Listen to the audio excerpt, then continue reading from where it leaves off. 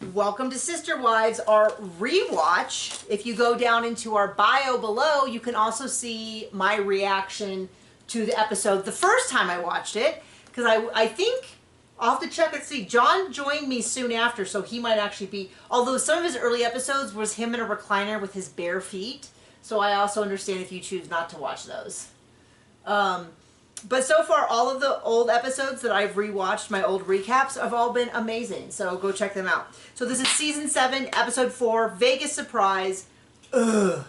All about Cody and his awesomeness. So in this episode, Christine decides that they should have a surprise party for Cody to celebrate how amazing he is. So she believes in his revisionist history. So he is, she is once again being the worst of all of the wives and sister wives. But it's so terrible to everybody. Terrible behavior of her. Trying to honor her husband. No one else seems very engaged with this idea. Until Robyn decides to take over. Other than Robyn being like, yes, he's so amazing, all of that. Centering the story around how the move was difficult for her. Even though she'd only moved into a very small condo a few months earlier and suddenly had all of her bills paid for the first time since ever.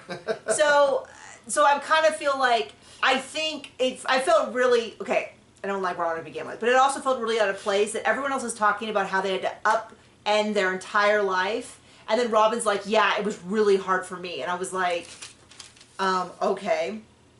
So Christine gets the kids together. Well, first of all, we get a surprise from Maddie. Maddie has gotten a full ride scholarship to Utah State, some sort of leadership scholarship, and it would be a full tuition. I don't think she goes. I don't know. I'm going to have to look at it and see. We'll find out, I'm sure. I think she ends up marrying Caleb instead, but I'm going to have to see. The parents are very happy because they don't have enough money, and I kind of feel like if they are making as much money as has been alleged they were making from TLC, they must be the world's worst, like, spenders, which would not surprise me in the least bit. I do want to point out that when they left Utah, the number of trucks they had, which I don't think was very many, versus how many trucks of stuff they had when they left Vegas. They certainly were spending a lot, so... Yep. So Christine explains how they're going to do the surprise party to celebrate how right Cody was to move them to Vegas. Aspen, right off the bat, goes, I don't know, I feel like we have a lot of parties already. Hilarious. I had to rewind it because it sounded like Aspen, but like if Aspen said it, it means 1,000% more because she's already like, well, she's just so much more mature. So like if McKelty said it, McKelty would have been right, but it would be a little bit different. Or if Maddie had said it, say that. Or if Maddie had said it, because Maddie's always trying to give him a hard time, she also would have been right. But when Aspen said it, I about died because I was like, if Aspen says it, we know it. So she's like. And she's like, no, you know, I was so awful to your father. I've been so bad. I thought the Reynolds were a mistake, blah, blah, blah. And so then she gathers up the other wives and she tells them her idea. And I wouldn't say that Mary and Janelle were against it. I was just going to say that they were present for the meeting. Yeah. Ambivalent. Mary, especially in this episode, is 100% checked out. First of all... And 100% tanned. Every single interview she's in, she is like, you know the tan mom? Like, she is tan. And John goes, oh, well, she's preparing for her catfish. And I have to look, that may be the case. I think she's on the prowl. The interviews are filmed long after the season is done. Usually somewhere between the end of the filming of the season and when the filming, obviously before the filming is aired, obviously. But it usually tends to be, in more recent seasons, if they end the filming, they do about 6 months before it airs, I think. I'm trying to remember. But anyway, the point is, Mary is tan, and she's very silent. She's even, she's not the lead talker that tends to be Christine and Robyn, of course. But Janelle's talking a lot more than Mary in the interviews. And so I think we're starting to see this season, I'm going to track it, but I think we're starting to see a shift in Mary pulling away from the family. So they talk about how Cody was always going on about the great sunsets in Vegas and this and that, and I guess I don't think we ever heard this term before, but they mentioned it 90,000 times this episode, that he described the move as the Vegas vacation. So they're like, we should do a Vegas themed thing. They're like, oh, we can dress up the little girls, and they start describing it, and I'm like, do you mean like showgirls? Are they suggesting we should dress up the little girls as showgirls? Because no, that is definitely not what you should be doing. What was funny was when they did dress up, they dressed up sort of groups of them picked different things. Yeah. But it was funny because I forgot about the Blue Man Group. So when Isabel got up there, just completely with like Smurfed out, I was like, what is she dressed as? Because everyone else was like in togas or feathers for like showgirls and stuff. And then I like, huh? Then I was like, oh, Blue Man Group. And John goes, yeah, Blue Man Group. Welcome to the club. Welcome to the party. Because for whatever reason, maybe because I was taking notes, it really threw me. So then Janelle talks about how Maddie was so terrible when they had to move. And Hunter was so depressed. And Maddie said, what was interesting to me was Maddie said she was so mad at her dad because he was so excited to move. Now, what they told us in the rest of the episode was that Cody actually wasn't happy to move. He was heartbroken to move. Well, but we should have said the revisionist history is now coming up. Well, what he says now is that no, he never wanted to move. He was only doing that to bolster everyone and get them excited about the move. And I'm not 100% convinced that's true. One, because we know that they leave Vegas a few years after that. And then it comes out that Cody loves to move. He moves every couple years. 5 years. Or less, because they had moved something like 18 times in 23 years or something like that. Okay. I can't remember the exact number, but they said for sure every Sounds 5 like my years. Childhood. But I think they moved a lot, even more than that. So there's that aspect. Secondly, it's kind of weird. So everybody thought this because what Maddie said was he was so happy to move, and I was like, oh, okay. And they're certainly around him more than I was.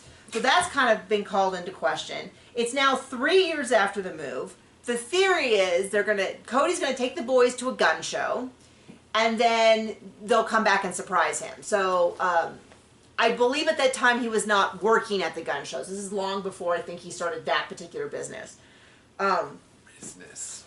Hobby business, once again.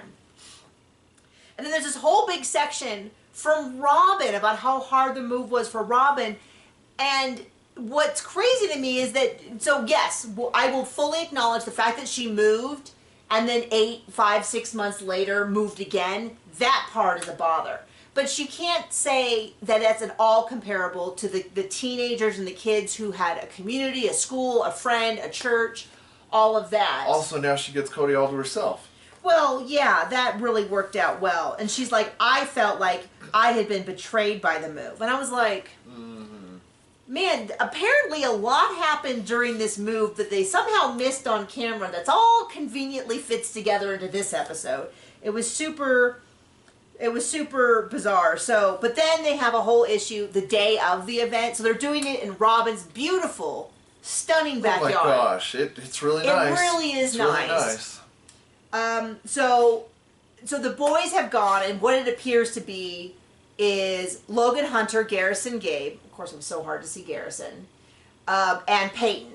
I don't think Dayton went with them. But what happened was they start walking in. They have come back to Janelle's house, and Janelle is like, we're not ready. And they're like, well, Dad wants to go to a buffet.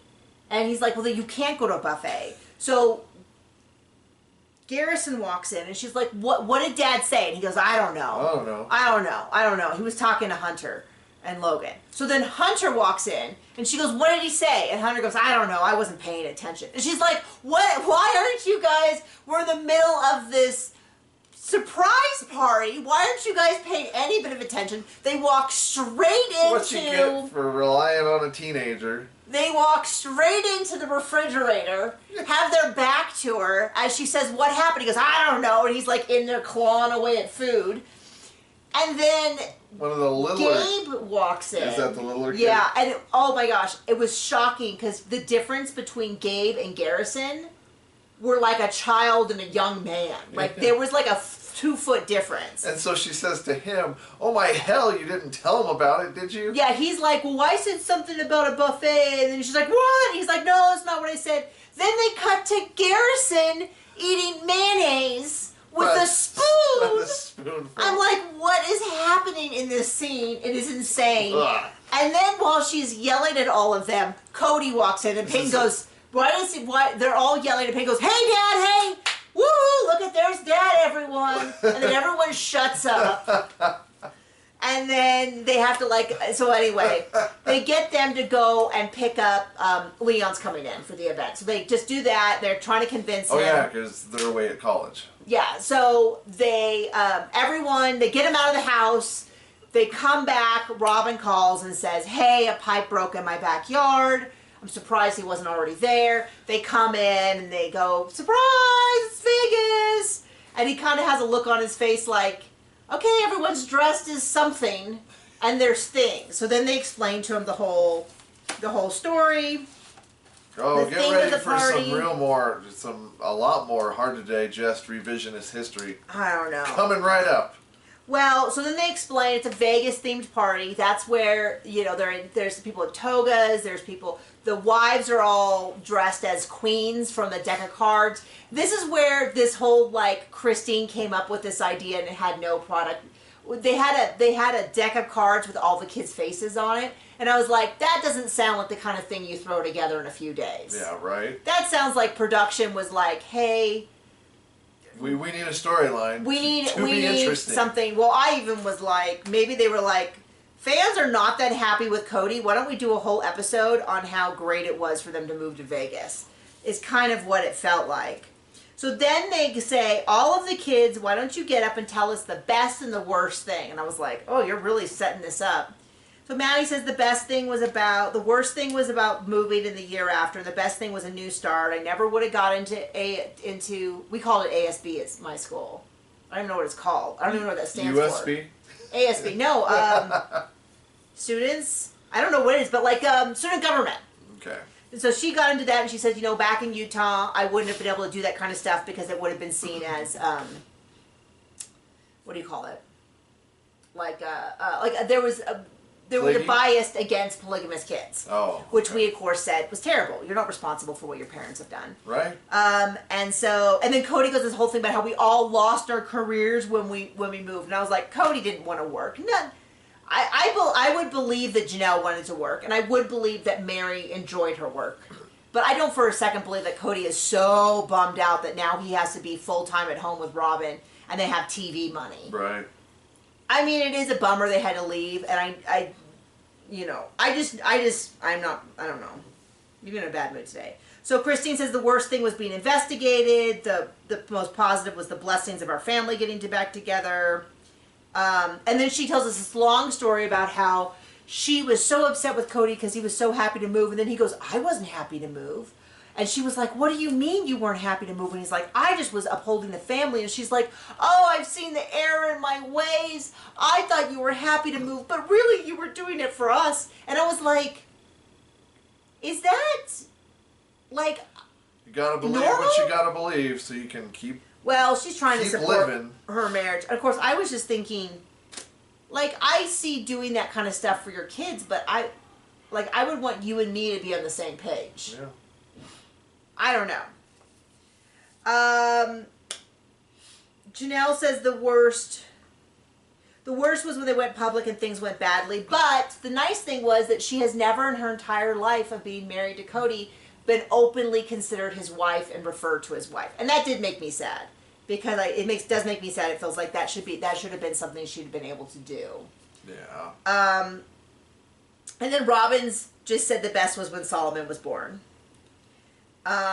Logan said that after Dad told him a few days before they moved that they were moving, that he went into his room and cried. And I'm just like, oh, this makes me so sick. And I'm not saying that moving is always bad, 'cause there's definitely times you need to. It just somehow, I don't know, it feels like maybe it was handled badly. or something. Like the poor maybe kids. maybe Cody could have moved. Because can you be a polygamous family if there's no father? Right. I don't know. So anyway, and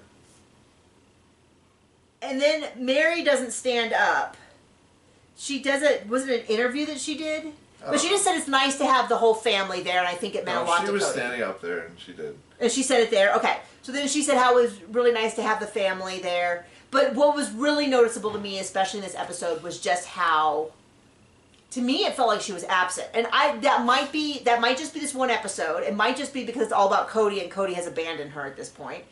I also just could be, but I'm going to rewatch, now that we know the catfish is starting to come up at some point. I don't know when it exactly started. We're seeing more signs. But we're kind of keeping in track on this Mary pulling back from the family.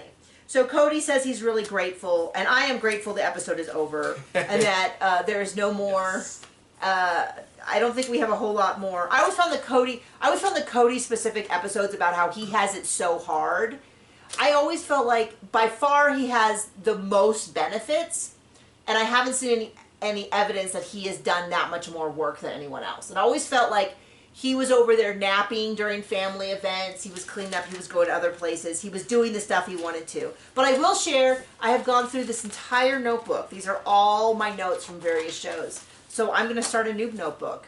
I know no one cares about that. But thank you for joining us for the rewatch, and we will see you later. Bye!